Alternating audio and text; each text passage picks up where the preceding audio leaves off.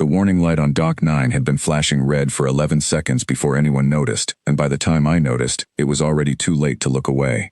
I was standing 40 feet from a crate the size of a small building, watching a containment field flicker like a candle in a storm, and I already knew, somewhere in my gut, that I was the only person close enough to do anything about it. My name is Daniel Cole. I load cargo for a living on Veyron's Reach, a trade station wedged between 3 different star systems that do not trust each other, 3 different governments that do not trust each other, and about a dozen alien species that mostly just want to get their goods from one side of the galaxy to the other, without getting robbed, taxed twice, or blown up. It is not a glamorous job. Most days it is crates. Heavy ones, cold ones, ones that hum if you get too close. You learn not to ask questions. You learn to read the stamp on the side, and do exactly what the stamp tells you to do. This crate stamp told me to do nothing at all. It read, in 3 languages and 1 symbol set I didn't recognize, restricted, royal transport, no contact permitted. My crew chief, a sharp, no-nonsense woman named Maya Whitfield, had explained it to me that morning, with the kind of flat seriousness she usually saved for fire drills. That's a Voskari hauler, she said. Royal line. There's a broodmother inside that crate. You do not touch it. You do not touch the wrapping around it. You do not touch the air near it if you can help it. Then who's supposed to move it? Nobody, she said. That's the beautiful part. It's been parked on Dock 9 for 6 hours because their own handlers won't get within 10 meters of it without a priest present. And the priest is stuck arguing with customs about a visa stamp. I remember laughing at that. I remember thinking it was almost funny. A queen sitting in a box in the middle of a busy dock, surrounded by people too afraid of their own customs to move her out of the way. I was not laughing anymore. The Voskari are a hive people. Old, careful, wrapped in ritual so thick that even their own historians argue about where the ritual ends and the actual law begins. A broodmother is not just a queen to them. She is the beginning of an entire bloodline, the root from which generations grow, and touching her without being born into her line is not simply rude. It is described in the oldest Voskari texts as an act that unmakes the order of things. Their word for someone who does it translates, roughly, into something like the one who ends the world. Around the crate stood a ring of Voskari attendants, silent, motionless, antennae pressed flat against their skulls in what I now know is a sign of deep unease. Not one of them stood within 10 feet of the crate, not one of them so much as looked directly at it. And then the containment field, already weak from 6 hours of continuous strain, gave a final flicker and dropped out completely. The crate did not explode. It did not scream. It simply lurched, slow and heavy, toward the open edge of the dock, where a 40-meter drop waited below into the station's recycling shaft. I had seen crates go into that shaft before. Cargo crates, empty containers, broken equipment. I had never seen anything go into it that was alive. I did not have time to think about 11,000 years of law. I crossed the distance in maybe 4 steps, planted my boots against the deck plating, and put both hands flat against the side of the crate. It was warmer than I expected, almost like touching skin instead of metal, and for half a second I felt something shift beneath my palms, something enormous and alive on the other side of that surface, reacting to the sudden pressure of contact. I pushed. My knees screamed. My back screamed louder. The crate was heavier than anything I had ever moved with my own hands, heavier than logic said a human body should be able to slow down at all, but somehow, between my strength and the friction of the deck and pure stubborn refusal to let go, it stopped. Just short of the edge, just short of the drop. I kicked a loader chock under the base with my boot, wedging it in place, and only then did I step back and let go. The dock had gone silent. Not machine silent. Not the ordinary hum of vents and distant engines. This was a different kind of silence. The kind where you can hear your own heartbeat because every other living thing around you has stopped breathing at the same moment. I looked up. 40 Voskari attendants stood frozen, staring at me, staring at my hands, staring at the crate, as if the 3 of us together made no sense at all.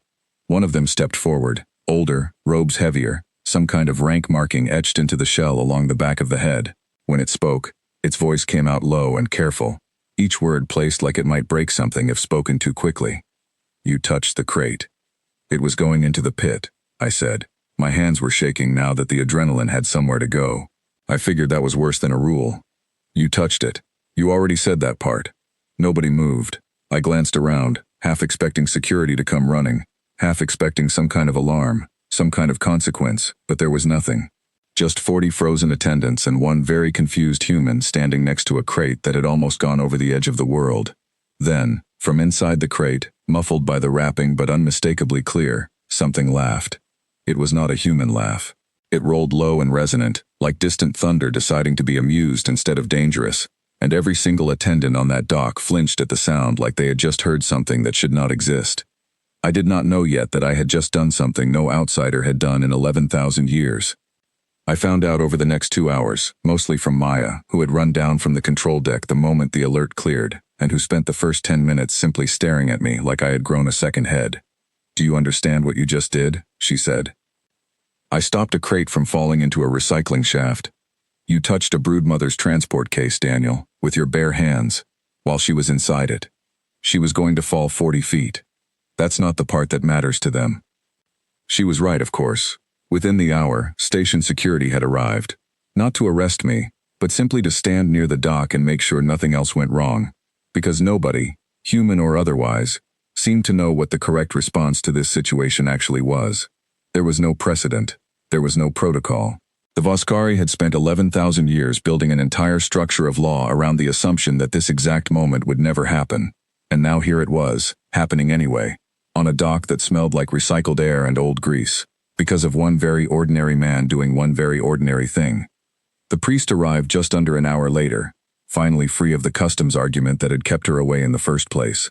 Her name, translated as close as standard allows, was something like Ilvena, and she moved across the dock the way water moves around a rock, smooth and certain until she reached the edge of the crowd and saw the crate still sitting there, chalk wedged under its base, containment field flickering weakly back to life. She looked at the crate. She looked at me. She looked at the older attendant, who repeated, almost word for word, what had happened. Ilvena did not gasp. She did not recoil. She simply went very still, the way a person goes still when they are recalculating everything they believe to be true about the universe in real time. "You are the one," she said, "who touched her." "I didn't have much of a choice," I said. "I'm sorry if I broke something I wasn't supposed to break." "You may have broken everything," she said, and then, after a pause that stretched long enough to make my chest tight, "or you may have broken nothing at all. I do not know which. Nobody living knows which.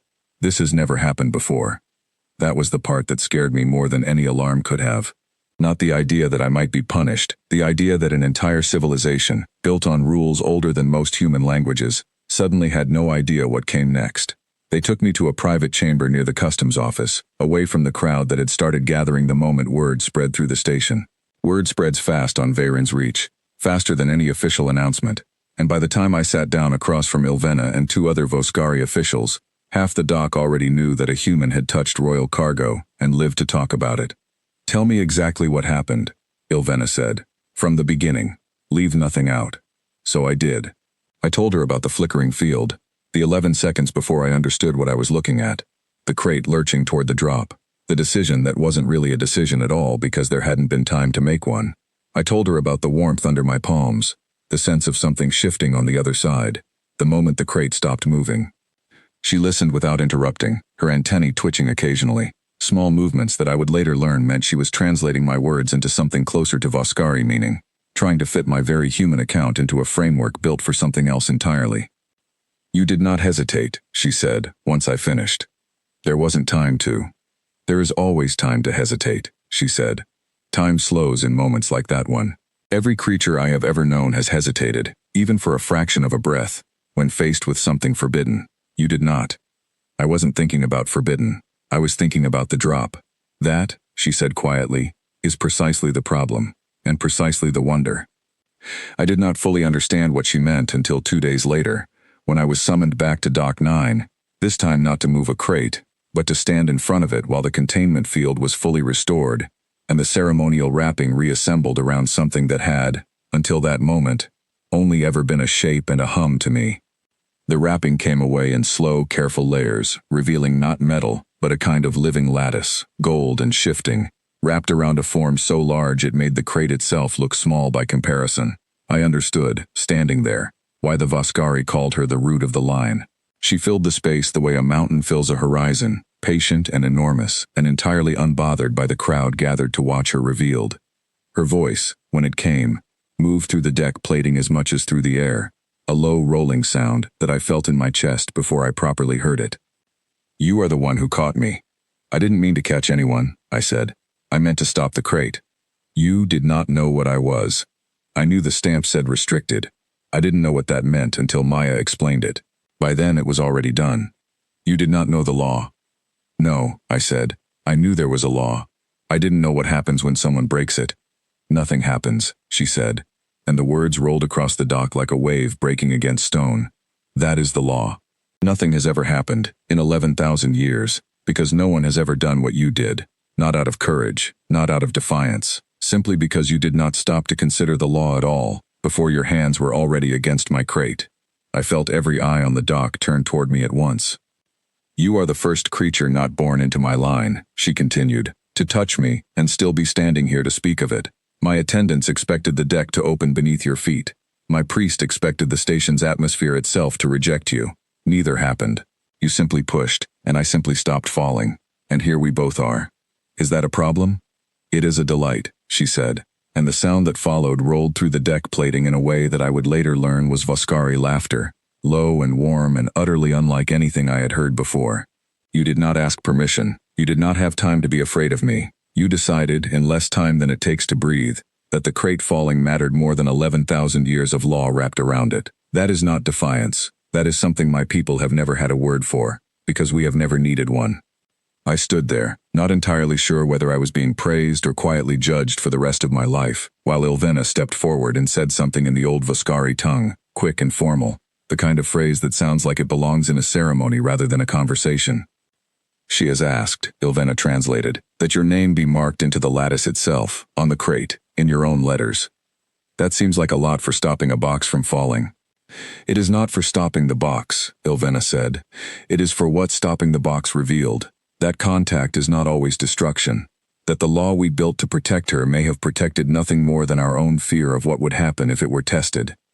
I did not fully understand the weight of that sentence until later, once the ceremony was over and the crowd had thinned and Maya walked me back toward the loading bay, shaking her head the entire way. You do know, she said, that you just rewrote 11,000 years of alien law by accident. I really was just trying to stop the crate from falling. That's the part that's going to drive their historians insane for the next century, she said. You didn't do it on purpose. You didn't even hesitate long enough to be scared. You just moved. She wasn't wrong. In the days that followed, word of what happened on Dock 9 spread far beyond the station itself, carried along shipping lanes and trade routes by people who had seen it firsthand, and people who had only heard it secondhand and made it stranger with every retelling. Some versions said I had wrestled the crate back from the very edge of the drop with my bare hands.